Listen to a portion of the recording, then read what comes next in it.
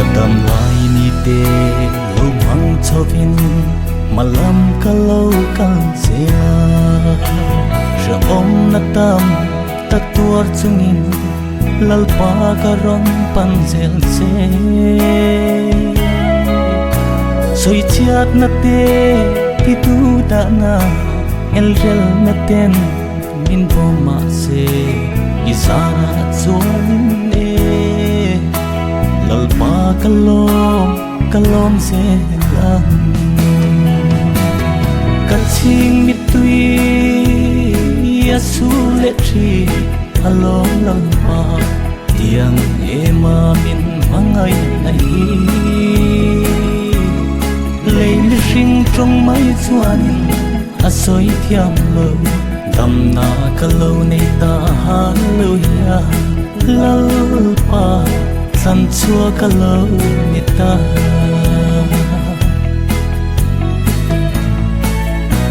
lấy an che dong ko vela hianin ro chan nei lo ma ila eng kim dang ai agtlang zo Krista kanay to si eng ma ka o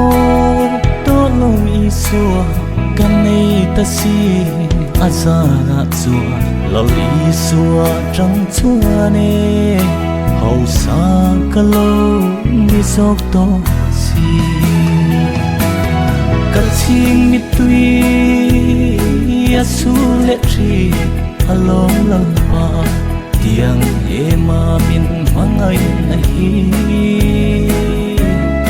lấy riêng trong mấy chuan asoi thiam lo dam na kalau nei ta hallelujah lalpa san chua kalau ni ta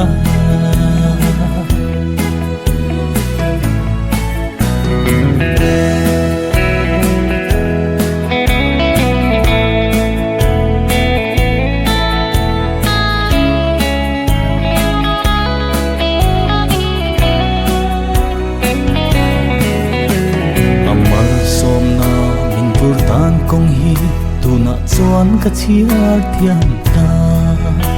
re thei ka in rial lai pon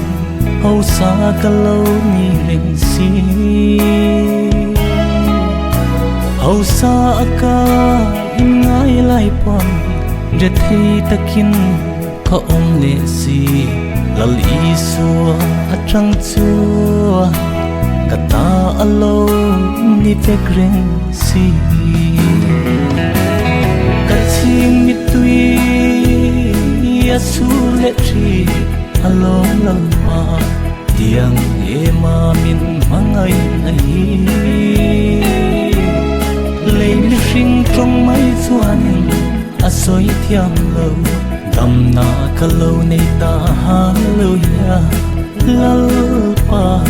san chua kalau ni ta